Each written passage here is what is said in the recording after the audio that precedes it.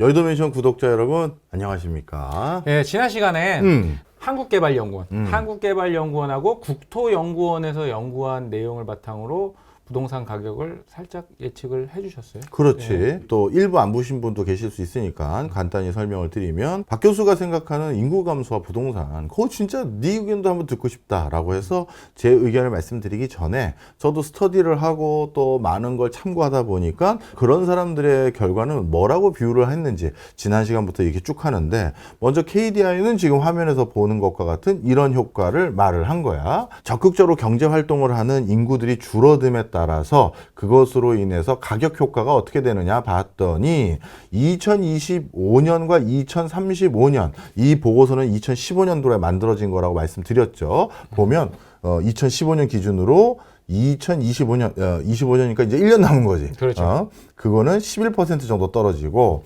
2035년까지는 25% 가까이 떨어질 것이다가 바로 KDI 인구 구조에 대한 보고서에 나온다. 이렇게 말씀을 드렸어요. 아니, 그냥 얼추 봐도, 대충 봐도 코리아 그래프가 긴데요? 그렇지. 네. 제일 많이 떨어진다고 분석을 한 거지. 네. 자, 그런데 이 보고서는 뭐만 본 거다? 인구만. 이 보고서 잘못됐다는 게 아니에요. 인구가 감소하는 것은 가격을 결정하는데 이렇게 악영향을 미칠 요소로 작용하고 있습니다를 굉장히 정교한 어떤 통계적 기법으로 설명을 하고 있는 거고, 그 다음에 지난 시간에 말해드렸던 국토연구원은 인구 밖에 여러 가지 요소들을 다 종합해 봤더니 한 35년까지 1%씩 안정적인 성장을 매년 상승세를 보일 것이다. 이렇게 전망을 했다. 말씀을 드렸고요. 평균적으로는. 네. 자, 그러고 오늘은 그러면 어떻게 해야 되느냐. 오늘은 그래서 한국은행의 하우스 뷰도 한번 말씀을 드려볼게요. 굵직굵직한 기관들이 많이 네. 나오는데.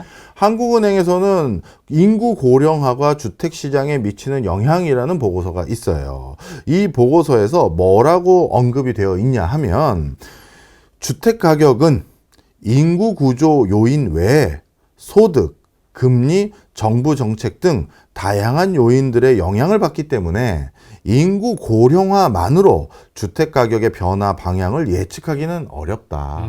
이렇게 분명히 언급을 하면서 실제로 우리나라보다 먼저 인구 고령화를 경험한 주요국의 주택 가격은 일률적인 방향으로 보이지도 않았다. 이거는 지난 1편에서 제가 보여드렸던 KDI 보고서도 우리가 같은 맥락이지. 네. 그러니까 인구 줄었기 때문에 우리보다 먼저 저출산 고령화로 인구 감소했던 모든 OECD 국가들 흐름 봤더니 일관되지 않다. 이거는 KDI와 한국은행이 같은 맥락이고, 그 다음에 인구 고령화 진전은 중장기적으로 주택 수요 증가세를 둔화시킬 것으로 예상된다. 그래서 국토연구원의 의견과 똑같이 분명 인구 고령화는 주택 수요 둔화를 또는 수요 감소를 확인할 수 있다라고 여기도 언급을 하고 있어요. 하지만 한국은행에서는 여기다 뭐라고 했냐면, 하지만 그 정도는 매우 완만할 것으로 보인다. 아, 매우 완만하다. 또한 월세로의 임대차 시장 재편, 지방 노후 주택을 중심으로 한 빈집 증가 등 주택 시장의 구조적인 변화가 야기될 가능성이 높다. 그러니 뭐다? 인구 구조만 가지고 그 수요 감소를 또 무조건 어떻게 설명해야 될지 모르는 희한한 변수들이 또 돌출될 거다. 그렇죠. 이렇게 얘기를 하고 있는 거야. 그리고 지난 시간에 또 그 부분도 말씀하셨잖아요. 신규 주택의 공급도 같이 주니까. 그렇지. 어찌 보면 국토연구원의 하우스 뷰와 한국은행의 하우스 뷰가 상당히 비슷하네. 그렇죠. 그럼 KDI, 한국은행, 국토연구원 다 비슷한 소리를 지금 일단 하는 거고, 제가 뭐 답을 정해놓고 한 게 아니에요. 예. 여러분들도 구글 치신 다음에 인구 감소, 그 다음에 한 칸 띄고 부동산 친 다음에 연구소들 사이트에 나오는 보고서들 맨 첫 페이지부터 제가 그때 살펴봤을 때 35페이지까지를 다 다운받았는데 그때 나오는 가장 공신력 있는 보고서들을 전부 다 말씀드리는 거예요. 자, 그 다음에 토지주택연구원, 이거는 LH공사 산하에 있는 연구소예요. LH공사 산하에서, 그러니까 앞으로 우리나라 그 인구 구조라든가 주택에 대한 여러 변화가 이렇게 전망되니 이걸 어떻게 우리가 적절하게 맞출지 그걸 연구하는 그런 곳인데, 이 토지주택연구소는 어떤 보고서냐면 지방 중소도시의 인구 감소에 대응한 도시 규모 적정화 방안, 이런 연구예요. 그러니까 지방 중소도시 인구 감소라는 건 결국 저출산 고령화로 인한 인구 감소를 말하는 거고, 그렇죠. 이걸로 인해서 도시 어떻게 바뀌는지 연구한 보고서인데, 이게 앞서 말씀드렸던 보고서들보단 좀 앞서요. 2023년으로 최근 보고서야. 코로나가 또 어느 정도 진정된 이후에 나온 보고서. 맞습니다. 그래서 이 보고서에는 뭐라고 돼 있냐면, 보고서를 제가 다 얘기해 드릴 수는 없으니까 관심 있는 질문하신 거 위주로 말씀을 드리면, 127페이지에 우리나라 지방 중소도시의 인구 감소로 인해 발생하는 도시 문제에 적절하게 대응을 못하고 있다. 그러니까 우리나라 중소도시가 인구 감소로 인한 대응에 못하고 있다는 거야. 그래서 도시 쇠퇴가 가속화될 수밖에 없다. 이게 LH공사의 산하연구원에서의 진단이고, 중략하고, 이로 인해 인구가 지속적으로 유출되는 악순환으로까지 이어질 수가 있다. 이거 뭐 일적인 부분 때문에 더 그렇지만 지방을 다니실 일들이 많잖아요. 많지. 그럼 우리는 눈으로 실제 보잖아요. 보지. 네. 너랑도 같이 갔을 때도 많이 봤잖아. 정말 유출이 심각해요. 빈집이 맞아. 그냥 다녀도 보일 정도니까. 그럼. 자, 그래서 이 보고서는요, 뭐냐면 그냥 인구 감소로 지방의 군소도시라든가 아니면 광역시 단위의 특별한 지역들 같은 경우는 빈집, 그리고 주택 소멸, 노후화, 이게 가속화된다는 걸 연구도 안 하고 그냥 디폴트를 깔았어. 그리고 나서 그 다음 이 연구가 한 건 뭐냐 하면, 다음 슬라이드 한번 같이 보시면 요겁니다. 이 연구는 그래서 우리보다 먼저 진행된 인구 감소 국가들, 이 국가들은 도시를 어떻게 기획해서 다시 국민들에게 되돌려줬는지 그걸 연구한 거예요. 이걸 제가 왜 보여드리냐면, 아까 한국은행, 국토연구원, KDI, 이곳에서 말하고 있는 논조가 다 공통분모였단 말이야. 인구 감소만 따지면 뭔가 집값이 떨어질 요인은 있어요. 그리고 인구 감소 말고 다른 것 따지면 약간 뭐 오를 듯 말 듯 뭐 이런 정도 완만하게. 수준인데, 그런데 제가 계속 말씀드리지만 이건 뭘 가지고 얘기한 거다? 반평균. 그러면 대한민국 전체 평균의 주택 가격이 떨어지는 게 내가 살 동네, 내가 살고 싶은 동네 집값하고는 알 수가 없어요. 관계가 없는 거야. 그런데 그런 것을 관계를 알 수 있는 보고서가 LH공사 방금 이 보고서야. 자, 이 보고서는 우리보다 인구 소멸이 훨씬 많이 진행됐고, 그래서 도시의 여러 가지 재편이 진행됐던 바로 일본의 사례를 연구했는데, 대표적으로 여기가 삿포로야. 삿포로의 행정구역이야. 실제 딱 네가 봤을 때 지금 사람 살고 있는데 어디니? 한 20% 남짓? 여기 지금 약간 무슨 색이라고 해야 되냐, 이걸? 노란색이라고 해야 되나? 주황색이라고 해야 되나? 그렇죠. 요쪽 지역만 지금 실질적으로 활용되고 있어. 삿포로는요, 상대적으로 일본에서 가장 그래도 인구가 안정적으로 유지되는 도시야.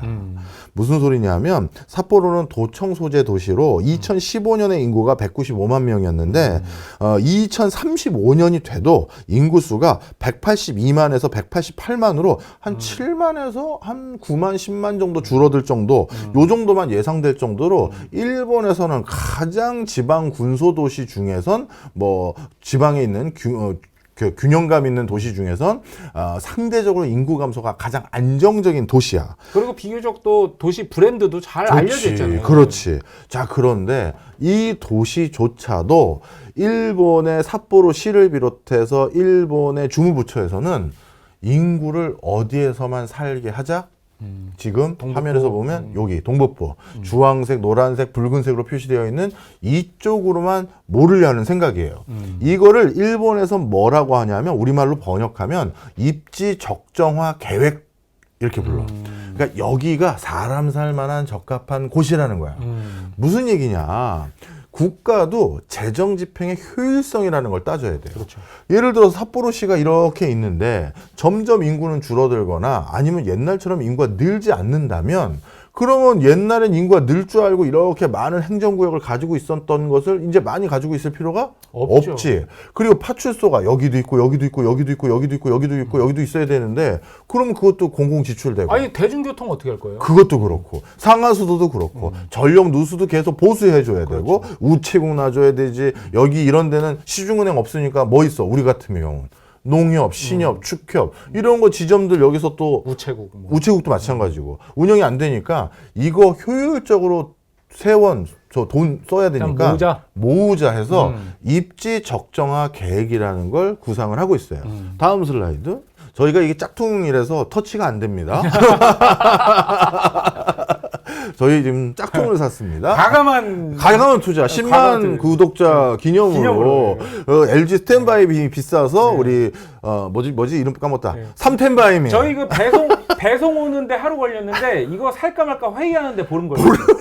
보름 걸렸어요. 이거 지금 과감한 투자예요. 저희 좀 더 구독자 많아지면 이 큰 전자칠판으로 여러분들께 더 쾌적한 서비스를 제공해드리겠습니다. 자 이번엔 다른 도시인데 하나마키시의 행정구역은 지금 화면에서도 보시겠지만 이렇게 넓어요. 그런데 여기에서 도시계획구역으로 설정된 입지 적정화 계획은 어디야? 가운데로 몰았구나. 이건 또 무슨 색깔이냐? 야. 이거 약간 그 핑크색? 핑크색. 남자는 핑크죠. 네. 핑크색 구간으로 전체 행정구역 면적에서 한 반이라고 해야 되나? 40% 그래, 40% 될 것 같다. 이 40%대만 앞으로 국가에서 신경 쓰겠다는 거야. 지자체에서. 나머지는 버리겠다는 거지. 자, 그러면 제가 두 가지 사례를 가지고 앞서서 국토연구원, 한국은행, KDI 혹시나 오해하실까봐 시중에 뭐 KB나 신한이나 또 그 밖에 PwC에서도 한국에 대해서 조망한 게 있더라고. 외국의 컨설팅 펌이나 다 봤어요. 그런데 그 다 중론이 비슷합니다. 하우스 뷰는 똑같았어요. 개인 연구자들은 좀 그때그때 다른 의견이 좀 있었지만 자 그러면 그 하우스 뷰의 얘기를 이걸 보면 그 평균을 어떻게 이해하는지 알 수가 있어요. 인구 감소는 분명 주택 수요를 줄여서 부동산 시세에 악영향을 미칠 요인인 거 우리 다 압니다. 하지만 우리 이렇게 얘기할게요. 삼성전자 반도체 기술은 정말 뛰어나잖아요. 근데 주가 왜 떨어지죠? 그렇게 주식 투자하나? 아니죠. 아니 우리가 기술만 보고 그 회사를 투자합니까? 마케팅력, 브랜드, 실제 해외 진출 전략, 제휴회사는 어떤지 그리고 국제 정세까지 보고 우리가 그 회사의 주가가 오를지 떨어질지 보잖아. 광고 모델 보고 뭐 투자하시는 분도 있다고 하니까. 뭐 심지어 그렇게까지도 있겠지. 자 그래서 인구 감소는 분명 주택 시세를 떨어뜨릴 요인이에요. 하지만 다른 요인들까지 하면 조금 더 오른다. 이게 있고 그리고 인구 감소가 주택 수요를 좀 떨어뜨리는 요인으로 작용하는 이유조차도 어떻게 생각하셔야 되냐면 이 지도들을 보시면 돼요. 자, 아까 일본 말씀드렸는데 독일 사례도 있고 뭐 영국 사례도 있고 프랑스도 많은데 일단 일본이 제일 많이 아시니까 너 한번 생각해봐. 네. 아까 이 하나마키시 여기 있잖아. 네.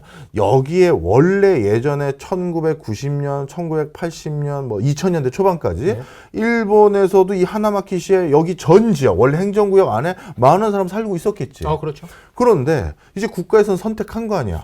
여기만 우리 신경 쓰고 나머지는 우리 신경 안 씁니다. 그럼 나머지 신경 안 쓴다는 게 어떤 거냐? 다음 슬라이드. 거주 유도 구역. 무슨 소리인지 이해하지? 사람들이 이쪽에서 살게끔 유도하겠다. 그렇지. 네. 일로 이사 오셔야 됩니다. 거기 전기 끊어요. 거기 이제 우체국 없어요. 거기 애들 유치원 없습니다. 거주 유도 지역이에요. 네. 그러니까 이쪽 지역에 몰려와서 여기서 살아야지만 국가가 재정을 아껴 쓰면서 알토란 같이 좋은 행정 서비스 줄 수 있다 이거잖아. 그렇죠. 그러면 원래 이쪽에 땅 가지고 있었던 사람들, 집 가지고 있었던 사람들 집값은 어떻게 되지? 떨어지겠죠. 엄청 떨어지지. 예. 그리고 여기는 회복이 된다 안 된다? 아유, 국가에서 회복시켜줄 의지가 없잖아요. 없는 거지. 손을 놓은 거야. 손을 놓은 거라고요. 평균이 떨어지는 건 이것 때문이에요. 이것 때문이에요. 자, 그러면 이쪽 지역, 거주 유도 지역이라고 하는 이쪽 동네는 집값이 오를까 떨어질까? 최소한 떨어지진 않을 것 같아요. 그렇게 할 수도 있어. 네. 저도 그런 생각도 있고 최악의 경우 떨어진다 하더라도 여기 지역보다는 떨어진다고 말하기가 어렵죠. 머쓱하지. 자, 그래서 제가 누누이 저의 박정호의 하우스 뷰로 말씀드리는 게 앞으로의 부동산 시장은 양극화된다는 게 이런 말씀이에요. 예. 저도 뭐 밥벌이 이걸로 해 먹고 사는 사람으로서 5만 가지를 보는데 대세 상승은 제가 얘기한 적이 없어요. 요 근래 뭐 1년, 2년은 뭐 상승한다. 뭐 이렇게 얘기한 적이 있고 내가 크게 3번을 한번 틀린 적이 있어. 네. 그때마다 공통적인 건 가수요 때문에 내가 틀렸다고 내가 이것도 내 유튜브 채널에서 얘기를 했었지. 가수요? 이건 사람 심리를 분석하는 이거는 정말 쉽지가 않은 거거든. 갑자기 너도 나도 집 사야 된다. 이거는 뭐 아무도 예측을 못 해. 하여튼 그런 거 붙었을 땐 이러다 더 올라가는 거 아니야? 했는데 그때 그냥 떨어지거나 그렇죠. 주춤했던 적은 있는데 가수요 같은 경우는 이런 뭐 통계나 이런 걸로 확인을 할 수가 없기 때문에 그냥 갑자기 집을 사야 된다는 강박들이 생겼을 때 이건 뭐 무슨 일이 일어날지 모르니까 우리가 또 최근까지 그런 일을 겪었잖아요. 그러니까 그건 빼고는 지금 전반적인 이런 흐름들 속에서 집값을 저는 전망을 한 거예요. 자, 그래서 아까 하나마켓의 입지 적정화 계획이에요. 보시면 도시의 모든 인프라 요소를 아까 말한 이주해서 여기에서 사셔야 됩니다로 다 몰아버렸어요. 그러면 그 바깥에 내 집 가지고 있었던 사람, 내 건물 가지고 있었던 사람, 예전에는 여기도 사거리에 아주 번화가들이 있었겠죠. 이쪽도 그렇죠. 있었고 이쪽 지금 연두색으로 그려진 이제는 사람 안 살도록 유도하고 있는 지역에도 분명 옛날엔 번화가였던 데가 있을 거라고. 그렇죠. 그럼 그 번화가는 이제 번화가가 아니라 공실률 뭐 90%에 그렇죠. 사람 거의 안 살고 집주인만 거기 살고 있는지도 모르지. 그런 데는 이제 추풍낙엽처럼 떨어지는 거예요. 그렇죠. 자, 그럼 여기서 끝나는 게 아니야. 그럼 교수님, 지방은 집값 다 떨어지고 서울에서 핫플레이스만 오른다고 하셨던 논 거, 그 다음에 뭐, 그리고 뭐, 또 서울의 또 외곽 지역들, 수도권 외곽 지역 다 떨어지는 그런 논거를 말씀하시려는 건가요? 아니에요. 요것도 오늘 질문을 주셨기 때문에 약간 딥다이브하게 설명을 드리면, 자, 국토연구원에서 뭐라고 얘기했냐면, 인구 감소로 주택 수요도 떨어지지만 공급도. 그렇지. 지방에서 집을 짓고자 하는 건설업자들의 니즈도 줄어들 거 아니야. 그렇죠. 야, 여기 이제 집 사는 사람도 점점 없는데 내가 여기다 왜 아파트 새로운 걸 지어? 신규 대규모 단지를 조성해? 그렇게 되는 거 아니야. 자, 그런데 어떤 게 있냐면 그 과정에서 그러면 지방에 신규 주택들 뭐 예를 들어서 브랜드 아파트라고 치자고. 네. 브랜드 아파트는 앞으로 점점 생길 가능성이 점점 줄어들겠네. 그러면 지방에서도 국가가 단 0.5% 성장하던 1%만 성장하던 마이너스 성장 안 하면 예전보다 소득이 더 늘어나고 조금 더 내가 요즘 돈 잘 번다 하는 사람도 또 생길 거 아니야. 그렇죠. 그 사람들은 또 새 집 살고 싶은 니즈, 그리고 지금 눈높이에 맞는 주거단지에 살고 싶은 니즈가 있을 거 아니야. 그렇죠. 그런데 이 동네에 자꾸 그런 집을 새로 지어주는 사람이 없어져. 없어. 그러면 십수년 전에 완공됐던 뭐 예를 들어서 뭐랄까 영주의 뭐 자이 아파트, 뭐 아니면 안동의 뭐 푸르지 아파트, 뭐 나주의 뭐라고 할까 대시양 아파트, 그게 마지막이었다. 그러면 그 집값은 어떻게 될까? 올라가지. 없으니까 없지. 신규로 안 지으니까 기존에 지었었던 브랜드 아파트 값이 올라간다. 그런 말씀이시구나. 마지막 지었던 가장 좋다라고 생각하는 그 집, 거기에 살고 싶은 사람은 이제 10,000명에서 15,000명으로 늘고 20,000명으로 늘고 30,000명으로 늘었는데 그런 것도 안 지어주나? 안 지어주는 거야. 그럼 거기 가서라도 꼭 살아야겠네. 그러면 지역에 있었던 그 마지막까지 완공되고 준공됐던 그 브랜드 아파트 우리로 따지면 그거는 오를 수 있는 거야. 나머지는 아니고 그냥 나머지는 리모델링 해서 사는 거지. 그냥 그렇죠. 뭐 옛날 구옥들 뭐 도배하고 뭐 수리해가지고. 그래서 일본에서도 그런 일이 있고 영국, 프랑스, 캐나다에서도 그런 일이 있어. 뭐 거긴 브랜드 아파트는 아니지만. 네. 그래서 이렇게 보시면 돼요. 이제 결론이에요. 그 질문해 주셨던 거예요. 인구 감소가 부동산의 하락 요인인 건 아마 부동산과 관련된 연구를 해본 사람들은 모두 다 알아요. 그렇죠. 그런데 인구 감소만 보고 부동산 시세가 결정되는 건 아니죠. 네. 삼성전자의 특허 개수만 가지고 삼성전자의 주가가 결정되지 않는 것처럼, 그래서 인구 감소는 분명 집값을 떨어뜨릴 요인이 많다. 그런데 공통적으로 국내 가장 큰 연구소들의 하우스뷰는 다른 요인까지 합치면 약간 상승일 수도 있어. 아니면 인구 구조만 따지면 많이 떨어질 거야. 요거야. 그럼 많이 떨어진다고 해서 다 떨어지는 게 아니고 어디가 떨어지고 왜 평균은 떨어진다라고 조망할 수밖에 없었다? 방금 말씀드렸던, 그리고 삿포로나 여기 뭐였지? 하나마키시, 이런 지방의 군소도시라든가 수도권의 외곽 지역이라든가 수도권의 낙후된 지역이라든가 수도권에 외국 이민자들이 많이 들어와서 꼭 이민자가 들어온다고 우범지대가 되는 건 아니지만 하여튼 우범지대가 되거나 거주의 쾌적함이 떨어진다라고, 선호도가 떨어진다고 판단한 지역이 집값이 떨어지기 시작해요. 그러면 전체 평균은 갉아먹는 거지. 그렇죠. 그러면 나머지 지역은 어떻게 된다? 그거는 올라갈 가능성이 많고, 그리고 지방도 군소도시에 남아있는 그래도 비단 최근에 준공된 아파트 가격은 꽤 버티거나 오히려 그 동네에 지방 건설회사들이 이제 다 문 닫으면 올라갈 수도 있다. 그런 아파트는. 자, 그 다음에 그럼 교수님, 서울은요, 이 얘기를 해드릴게요. 내가 참 좋아하는 교수님이야. 김경민 교수가 그렇게 얘기하신 겁니다. 뭐라고 얘기를 해주셨는지, 이분 의견이 저랑 똑같아서 제가 드리는 말씀이에요. 지난 30년간 인구가 13% 꾸준히 감소한 도시가 있다. 그런데 이 도시의 부동산 가격은 192% 올랐다. 거의 2배 가까이. 네. 이 도시는 1990년 초반부터 인구가 꾸준히 줄어왔고 92년에 1093만 명이었던 인구가 2016년에는 1000만 명이 깨졌고 2022년에는 948만 명까지 떨어졌다. 인구가 계속해서 떨어지고 있는 거지. 그런데 부동산 가격은 192% 2배가 올랐다. 어느 도시야? SCOUL. 네. 인구 감소만 가지고 부동산의 흐름을 확인할 수 없다는 걸 외국 사례가 아니라 벌써 우리나라에서도 확인이 되고 있어요. 저도 동일한 뷰를 계속 얘기했던 사람으로서 그렇죠. 여의도 맨션에서 똑같은 말씀을 드린다, 이렇게 보시면 됩니다.